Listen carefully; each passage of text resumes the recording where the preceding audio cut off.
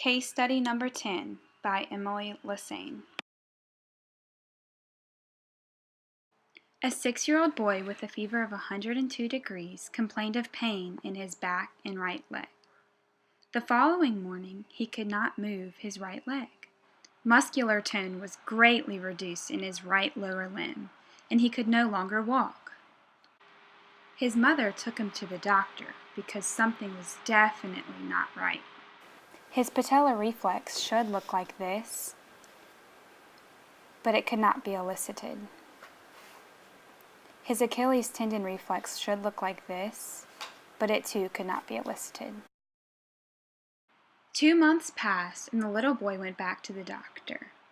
Measurements taken showed that the right limb was greatly reduced in diameter, and some muscular fasciculations were observed as well. So what is going on? The 6-year-old boy has poliomyelitis caused by poliovirus. Poliomyelitis is an acute viral infection which mainly affects children under 5 years of age. Multiplication of the virus occurs at site of implantation in the pharynx and the gastrointestinal tract. The virus is stable at an acid pH, so it is able to remain replicating within the stomach. Because the virus is in comfortable conditions, it is able to multiply. It spreads all throughout the body. The poliovirus unfortunately enters into the bloodstream through the blood-brain barrier. It then enters into the cerebral spinal fluid. The blood-brain barrier is a diffusion barrier between the brain vasculature and the substance of the brain formed by tight junctions between capillary endothelial cells. Because the virus passed the blood-brain barrier, it is able to enter into the central nervous system and start damaging neurons. All of this is happening to the little boy, and he doesn't even know. The virus spreads among nerve fibers and ends up destroying the motor neurons. The virus invades the motor neurons of the anterior horn cells in the gray matter of the spinal cord. These neurons are responsible for movement of muscles in the trunk and limbs. This explains why the little boy cannot walk with his right leg. So why did the doctor perform the reflex test? The tap of the reflex hammer on the tendon stretches the muscle, which evokes an afferent volley of activity in the 1A sensory axons that innervate the muscle spindles. The afferent volley is relayed to the alpha motor neurons in the brainstem or spinal cord, and an efferent volley returns to the muscle. Since muscles are always under some degree of stretch, this reflex circuit, mediated largely by group 2 afferents, is normally responsible for the steady level of tension in muscles called muscle tone. Changes in muscle tone occur in a variety of pathological conditions like poliomyelitis, and these changes are assessed by examination of deep tendon reflexes. Because the little boy failed both reflex tests, this proves that he has some sort of lower motor neuron damage.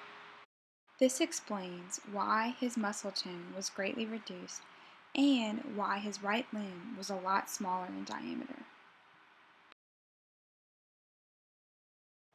It is not very hard to spot a child who has had poliomyelitis just by the way that their legs are shaped.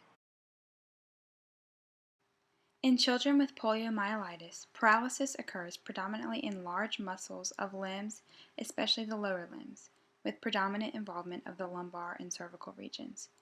However, since anterior horn neurons of all regions of the spinal cord possess poliovirus receptors, it is unclear why only select regions are affected. So now you're probably wondering, how common is poliomyelitis? The first outbreak of polio in the United States of America was in 1843. In 1952, there were 21,000 paralytic cases of the virus just in the U.S.